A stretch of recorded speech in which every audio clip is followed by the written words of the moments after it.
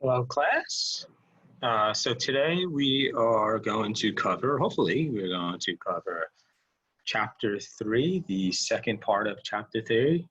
In this chapter, as you recall, we talk about the manager's work environment and what impact that has on management decision-making and the ethical responsibilities of managers and how ethics plays a role in making those decisions.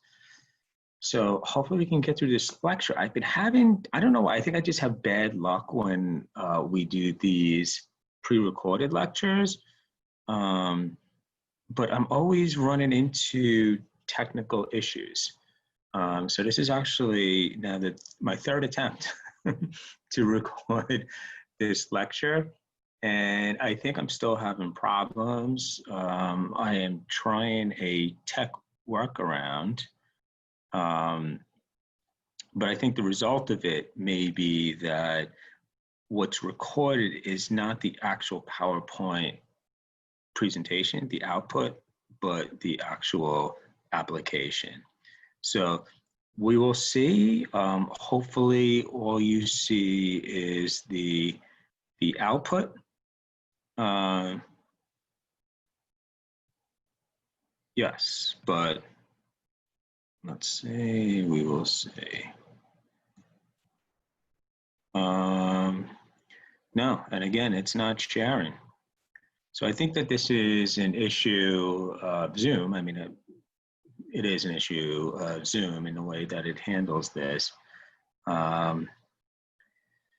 Okay, so I am not going to have access to my notes, it appears. Anyways, all right, let's move on. So this is the topic for today, and this is the agenda that I hope to cover. And again, the topic is ethics, so we'll understand exactly what ethics is. And then we will talk about some of the approaches you might use to help you make ethical decisions. We'll talk about some psychologists' description of the levels of moral development that individuals go through. You'll be able to maybe think about where you stand in your own moral development and whether you want to push yourself further along that development path. We're going to talk about the social responsibility of organizations. And of course, we had an extensive conversation about that regarding individuals. Now we will generalize ethical behavior of individuals to the organization and see what that looks like. And then corporate governance as a mechanism to sort of motivate and ensure ethical behavior by organizations and ethical decision-making. So that's the agenda for today. So why are we talking about this? And we are talking about this because all of you are going to face ethical dilemmas. And you will likely confront them frequently. And what an ethical dilemma is any kind of situation in which you have to decide whether to pursue a course of action that may benefit you or your organization, but that is considered unethical or even illegal, right? And so there is this conflict of interest, right? There is something that you can do that you will benefit from or that your organization will benefit from, but you know is considered unethical. And so how you make those decisions is your ethical decision making. And you're going to be confronted with them often.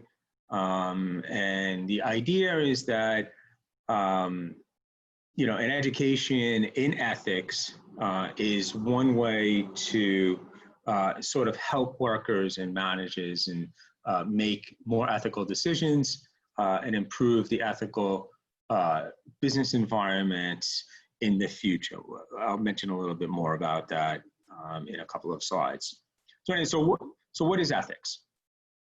Ethics is the standards of right and wrong that influence behavior, right? So it's what's considered moral. You know, it's what it is that you determine to be right or wrong. And what's considered right or wrong is subjective.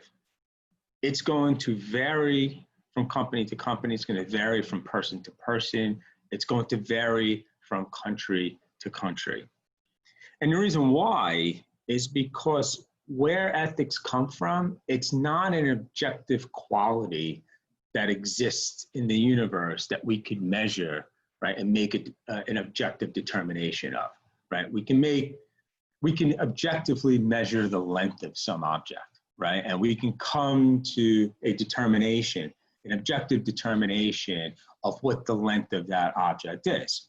That doesn't exist for ethical decisions. We can make a determination of whether something is considered ethical or not, right? We can determine whether it meets some already established ethical guideline or not.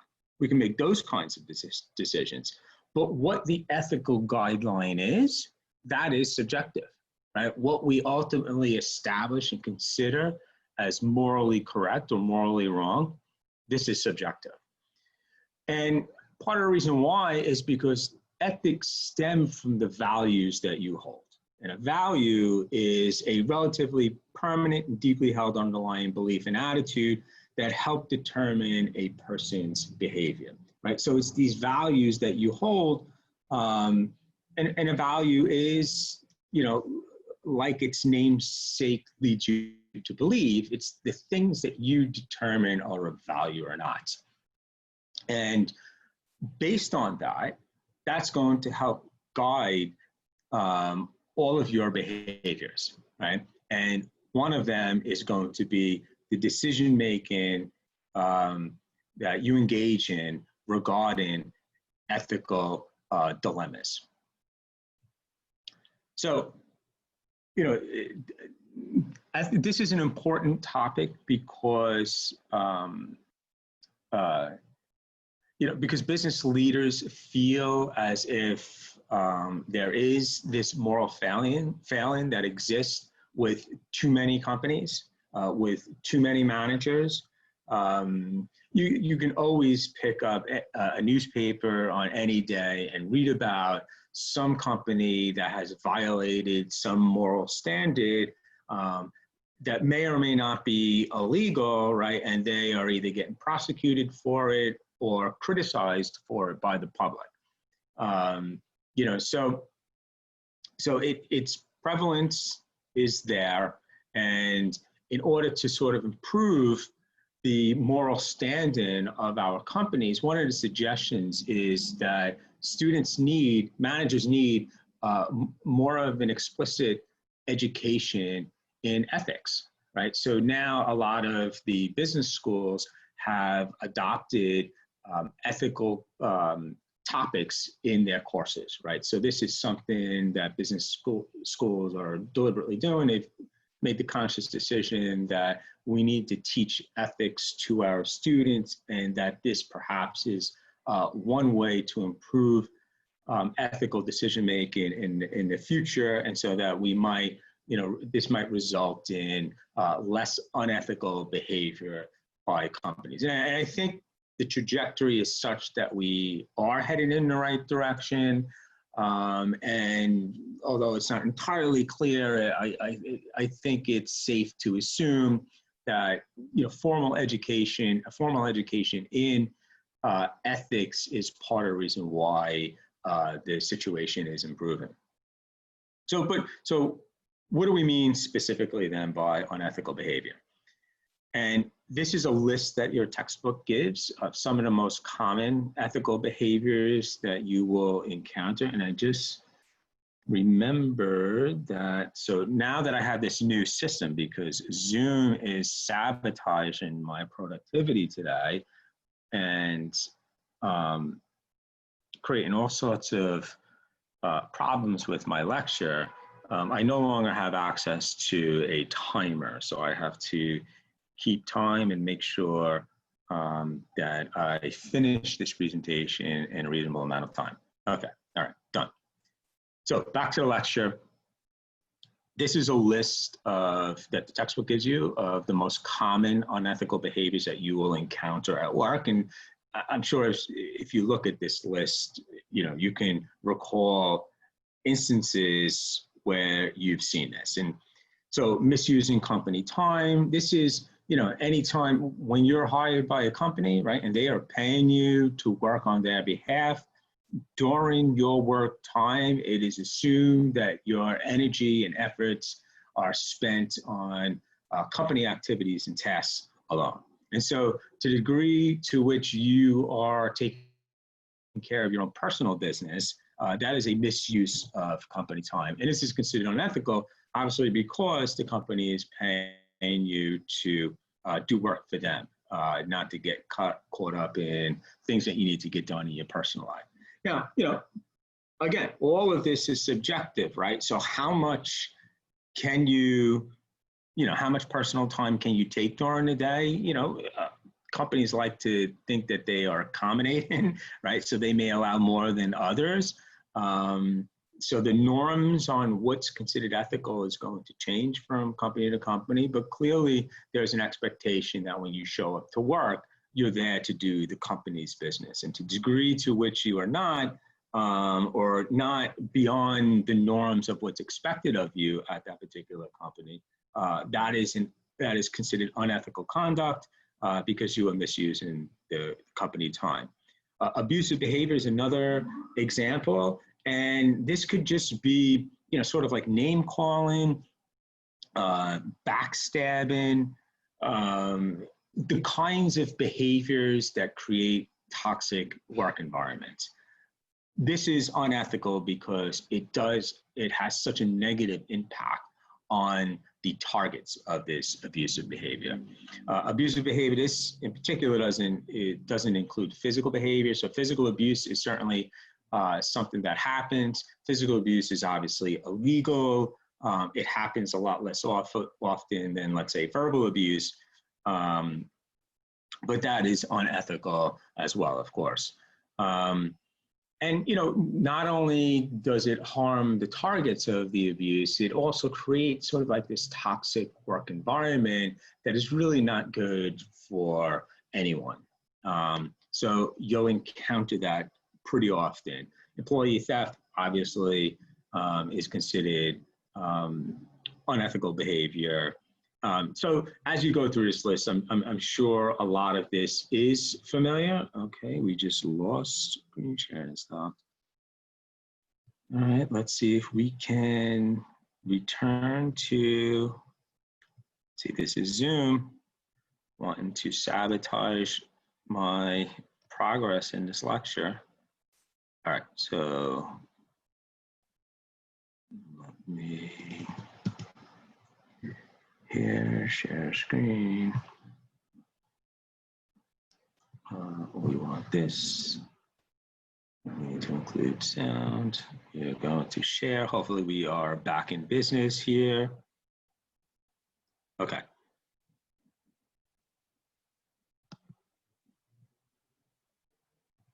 All right.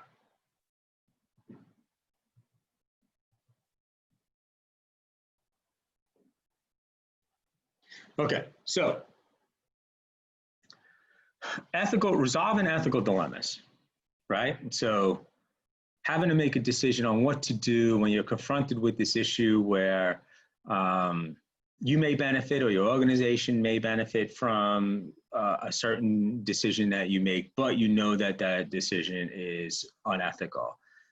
You're going to encounter this often, in part because value systems will exist within the company that conflict, right? And an example of this is the value system stressing financial performance, right? Companies need income, they need profits in order to continue. There are enormous incentives and motivations to maximize those profits and that income.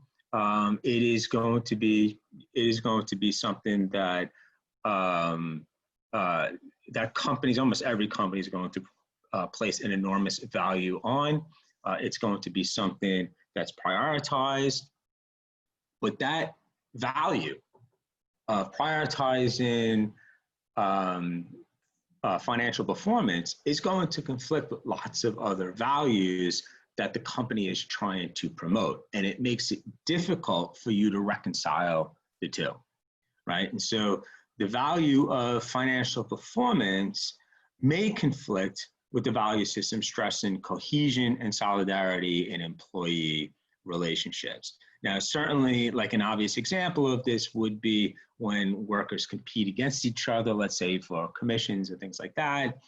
But also they use an example in the textbook. If you were to, let's say, hire an outside accountant to work for your company, and like a temp worker, let's say, and they come in to sort of, I don't know, work on your financial, your accounting books, they're going to spend a lot of time at the company. They're going to get to know the employees, right? And let's say they said that it's going to take them 10 hours to complete some task, but it actually takes them 15. Now there's sort of like this conflict, right? The company that hired them, they don't want to pay for 15 hours worth of work when they would like to believe that it took 10, right? But the accounting agency that sent that person wants to get paid for all the work that their temp is doing. So they're going to want to get paid for 15 hours. And so then you have this conflict where you have the interests of the workers that you've been working side by side with in conflict with the values of the actual temp agency who had sent you out for the job, right? And so there may be a lot of pressure in order to maintain the cohesion with the people you've been working with, let's say for the past week or so, by saying, yes, it only took 10 hours when it actually took 15, right? But then the company that sent them there, right, is out that extra 5 hours of compensation. So there's this conflict, right? And you're often going to get conflict. So the value of employee relations in general is going to be in conflict with the value of financial performance, because wages or any expense on the workers that a company employs is going to come at the expense of financial performance, right? It's a reduction in your profitability every time you pay workers more. And so that's yet another example where values are going to conflict. And so it makes resolving ethical dilemmas very difficult. So the textbook goes over several approaches that a person may use in trying to resolve ethical dilemmas. The way in which it's presented in the textbook, I don't know how much work that's going to do in helping you actually resolve an ethical dilemma. I guess it's more about explaining some of the mechanisms or some of the ways in which others have tried to resolve them. It's less about a practical approach in trying to resolve your own ethical dilemmas. But we'll cover them just so you're sort of up to speed with what some of these ethical frameworks look like. The first one is the utilitarian approach. And the way it's defined is this approach is guided by what will result in the greatest good for the greatest number of people. And so the utilitarian moral system, right? What that system, what defines that system is, what they suggest is that what's right and what's wrong, what's good and what's not, is whether the action resulted in the greatest good for the greatest number of people. And whatever that action is, that's deemed the right action, right? And if you were to adopt another approach that did not maximize the greatest good for the greatest number, that would be considered the ethically wrong position to take or decision to make. So utilitarianism requires a calculation, right? How do you decide what is the greatest good for the greatest number of people? And look, there's a lot written about utilitarianism. And I think there's lots of oversimplifications of this approach. And so there are criticisms of utilitarianism based on the oversimplified versions of it. So those criticisms are valid, but they're only valid against the, overly simplified versions of this sort of moral framework. I think the utilitarian approach is a lot more worthwhile than it's given credit for. But anyway, so perhaps I can give you a little bit more information about what the actual utilitarian approach is than you might get from your textbook. But some of the early thinkers, in particular Jeremy Bentham, he actually developed a formula for calculating the greatest good for the greatest number. And ultimately what you have to do is when you look at any action, you have to determine the utility anyone's going to derive from the consequences of that action, right?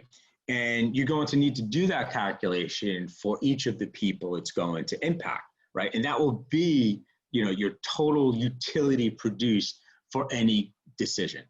And then when you look at all the different sort of choices you have, and you make this calculation, the answer, the morally correct thing to do is to go with the answer that generates the greatest total utility, right? So there's this sort of calculation, a cost-benefit analysis that is done in guiding your decision-making using this approach. And so, one of the criticisms against this is that this is sort of like the tyranny of the majority, right? So if the majority of people are going to benefit from some decision that you make, right? So all of the people, let's say, who, perhaps if you make a decision that the entire company benefits from, right? But one customer sort of gets, screwed, in that decision, the utilitarian approach would suggest that, look, you've maximized the good of all the people at your company. So it's morally correct to screw that customer because, hundreds, maybe thousands of people may benefit at your company. And so we would like to think that the interests of the minority are of the same moral worth as the interest of the majority. And so one of the typical complaints against the utilitarian approach is that it gives justification for violating the interests and the well-being of minorities, of any group that's in a minority number, because the utility calculation will be less, right, if you have more people in a majority. So that's the problem with the utilitarian approach.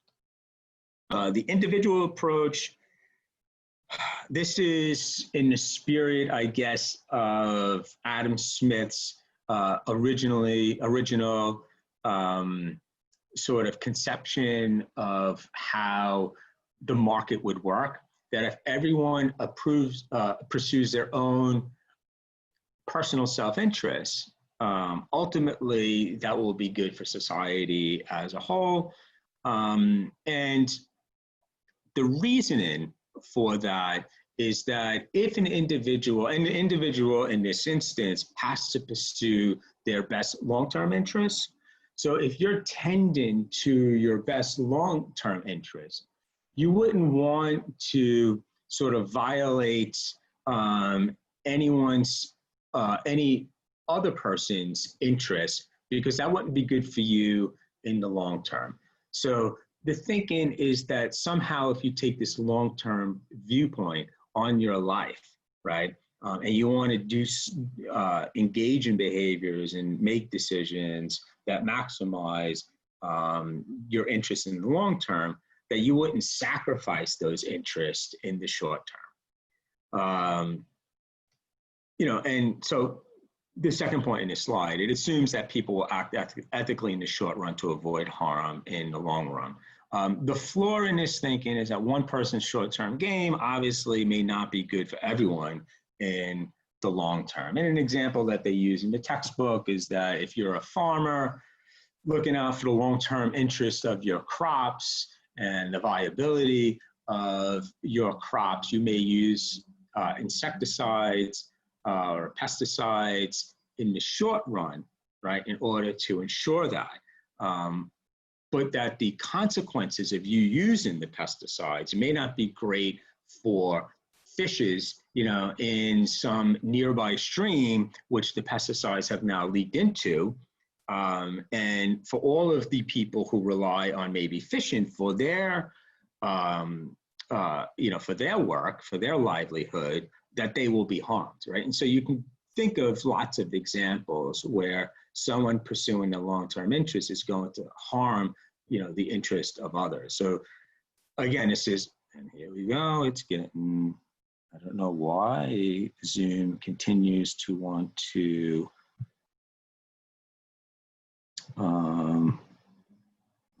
do this.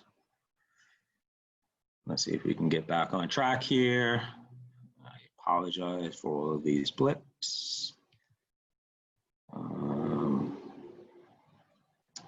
Okay, we don't want to share that. We don't want to share that. What we want to share is this. Okay, hopefully we are back on track. And I believe we are. So we will continue with the individual approach. And, or actually we will end with the individual approach. And so just like the utilitarian approach, there is some flaws in it. The third approach that they introduce in the textbook is called the moral rights approach. And in this approach, your decision-making is guided by respect for the fundamental rights of human beings. And these rights that you attach to human beings is going to differ, but some of the examples that they give, and this is something that you would find, let's say, in the United States, and that is the right to life, liberty, privacy, health, safety, and due process. You know, an example of these kinds of rights you might find in the United States Constitution's Bill of Rights. And so how your sort of ethical decision making will work is you will decide whether something is ethically right or wrong based on whether it violates some of these basic moral rights that you think people should have access to.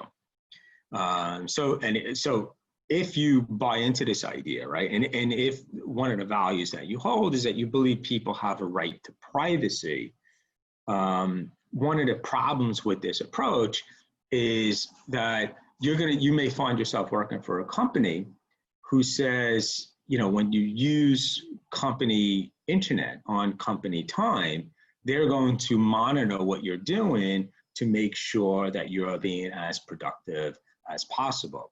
And so that will include monitoring any communication that you have with people in your personal life that have nothing to do with work. And so, and I would say most companies adopt this policy. So when you are at your job and you are working and you are, you know, texting your friends or sending Facebook messages or just sending emails to friends about personal items, that your company can actually view that information.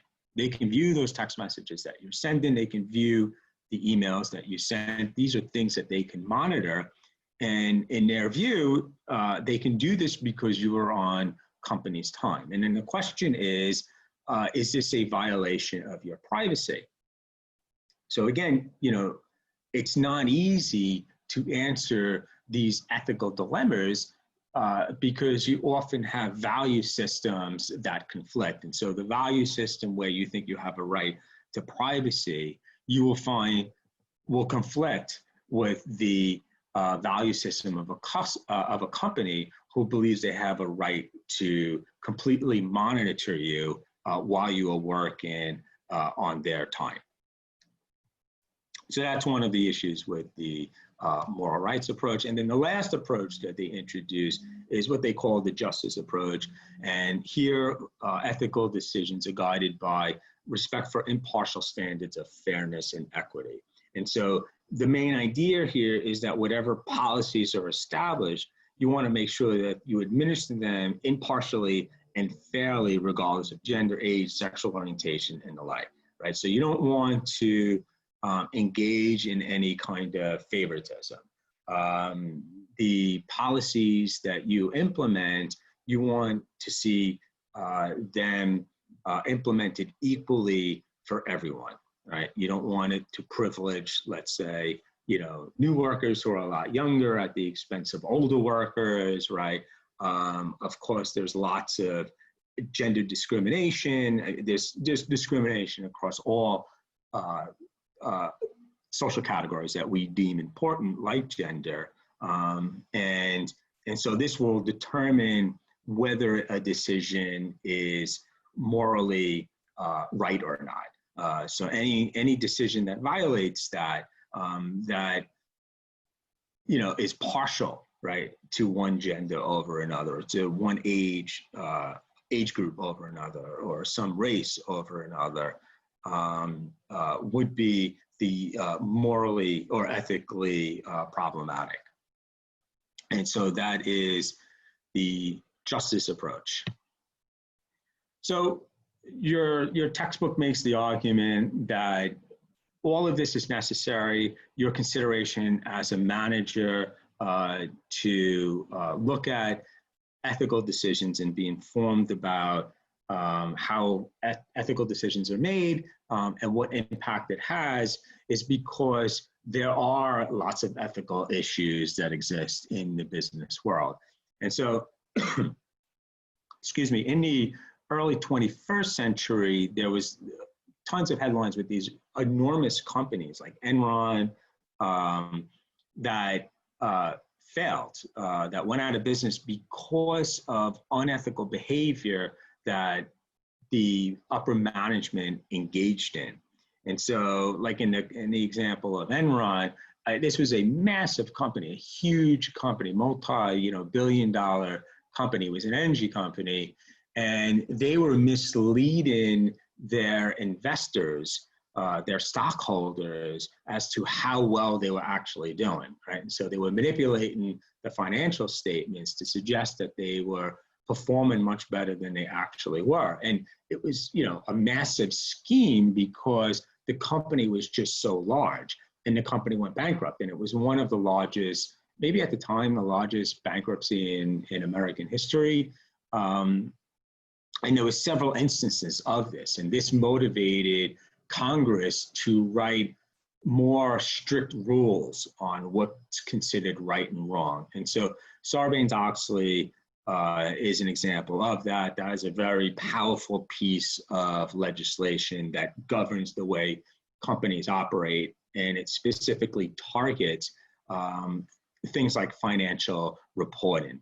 And the idea is that companies need to be more accurate and more transparent in how their companies are actually performing. And you can't manipulate that performance to make the public think that you are doing much better than you actually are, because there are financial gains that this company made. Their executives obviously were paid very, very well because they were demonstrating all of this incredible financial performance that really wasn't there. And so this is a piece of legislation that has very harsh penalties and very clear guidelines for what is expected of upper management in things like financial reporting. So another interesting, I thought that this is important to sort of highlight. There's sort of lots of different ideas on this topic, but the question is, how does a person develop their sense of ethical decision-making, right? Why are some people more ethical than others? And so this psychologist, Kohlberg, developed these 3 levels of personal moral development. And it's sort of like a progress that you would go through, beginning at level 1 and ideally attaining level 3, moral development. And just to give you a quick description of each of these levels, at level 1, it's considered the pre-conventional stage, which is you follow rules to avoid unpleasant consequences. And there are actually a lot of managers, unfortunately, they're at just this level 1. And they're really only following rules because they want to avoid getting punished, right? Not because they believe that it's the right thing to do or they're motivated to do the right thing, but rather because they want to avoid the punishment. Level 2, term conventional, here you would follow the expectation of others. Most managers are at this level, and here, you know, the company will set a norm, a standard of behavior that they expect you to meet, and that's what you meet. The third level, the highest level, which is termed here the post-conventional, this is where you are taking an interest in moral values, in ethical values, and you're guided by them, right? And so someone at this level would have developed a mature sense of what their values are and the ethical impact of those values, and you promote them, right? And so you would want to lead by example. You're not just following what the normal standards are at the company that employs you. And so the idea is that you want to be able to get to that level 3, and you can do that by, you know, taking consideration of them. What are your values? Why are your values the way they are? What are the consequences of them? And given those set of values, how can you improve them? And what kinds of decisions do you need to make in order to live up to those values? And so that's the basic idea. So how can organizations promote ethics? Here they give you a list. Obviously, you want to create a strong ethical climate. Another thing you can do is you can screen prospective employees. There are evaluations that you can do of employees to see if they would be more likely to engage in unethical behavior. But you want to institute ethical codes and training programs so people know what's expected. And then leadership, management needs to model what ethical behavior is, because you're going to encounter ethical dilemmas often, right? And so people are going to follow suit. If they see everyone violating ethical norms, right, then they're going to do the same. So the idea is that you need to understand what the ethical rules are, what the expectations are, and then you need to conduct yourself in a way that meets it.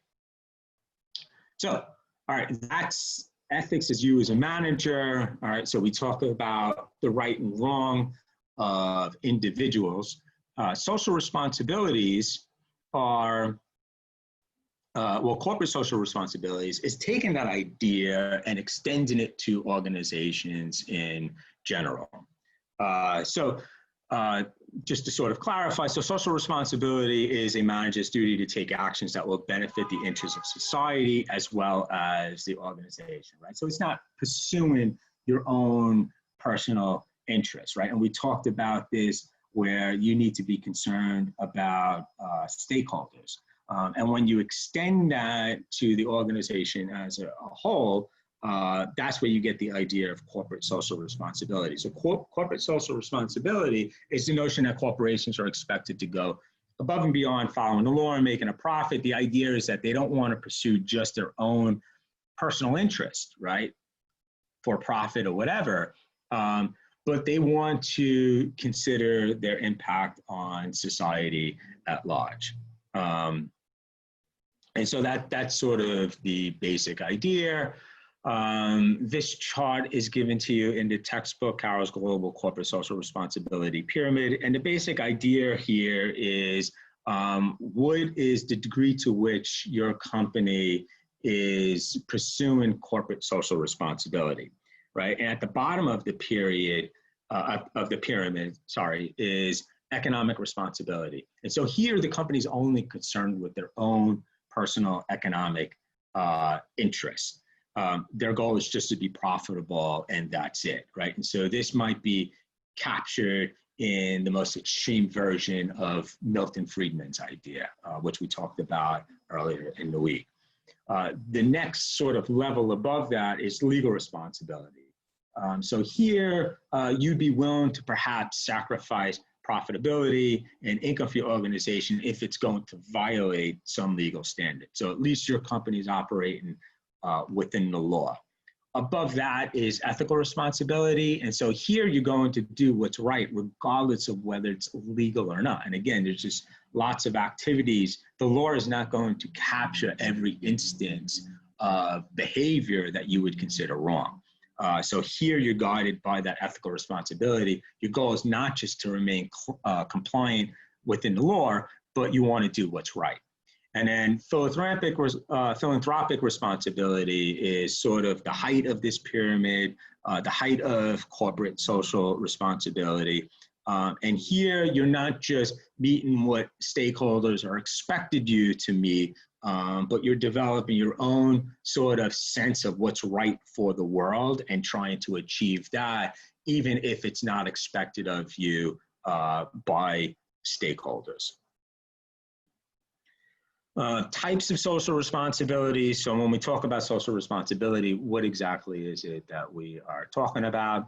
So in one sense, there's sustainability, and this has to do with the degree to which your financial interest in economic development is compromising the ability of future generations to meet their own needs. So if we use up all of the planet's resources in order to meet our own needs, and the future is not left with their own set of resources, right? So they can make a life for themselves as well, we're not being sustainable, right? So we want to be mindful of the degree to which we are using the resources that we consume and the degree to which we are damaging the planet in the process. And some of the things that some of these natural resources are things like topsoil, air, water, genetic diversity.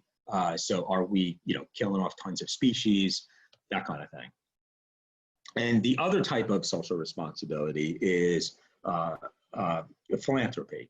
And so philanthropy would be making charitable donations to benefit humankind. So taking the wealth that you generated and using that to do further social good. Andrew Carnegie, who was, this sort of titan of industry in the, late 19th century, early 20th century, is quoted, and he was one of the richest people in the world at the time. He said, "He who dies rich dies thus disgraced." So if you do happen to make a lot of money in your lifetime and you die not spending that money, that is disgraceful.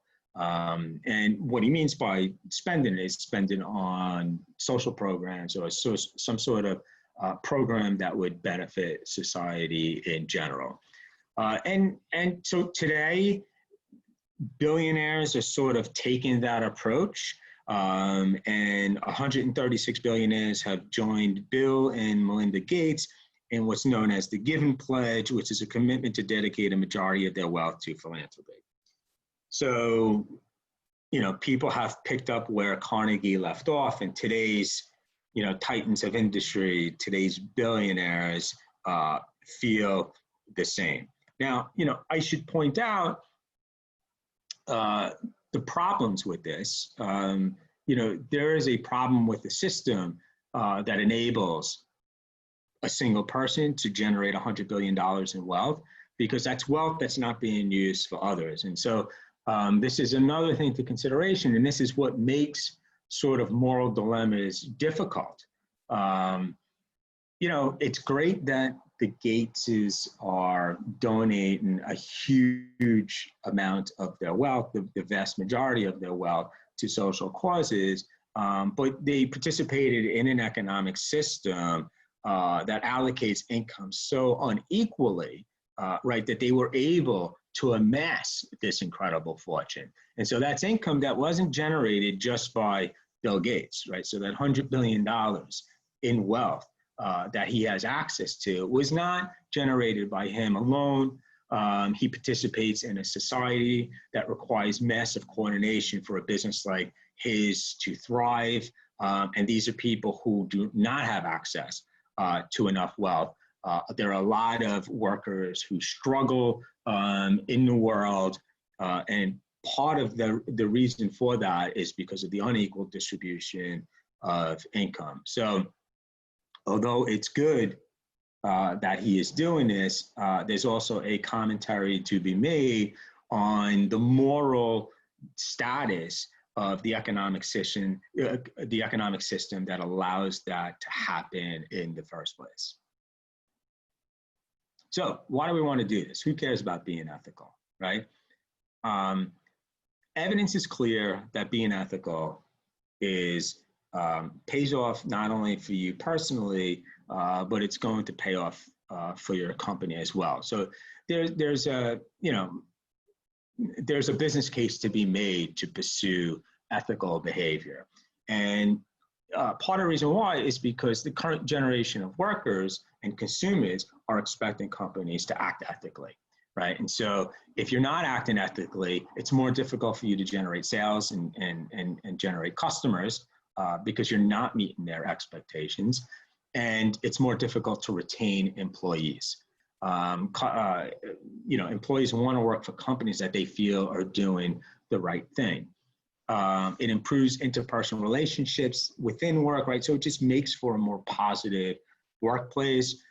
It makes work more meaningful when you know that your company is pursuing goals, greater than itself, right? Greater than just the maximization of wealth of the organization.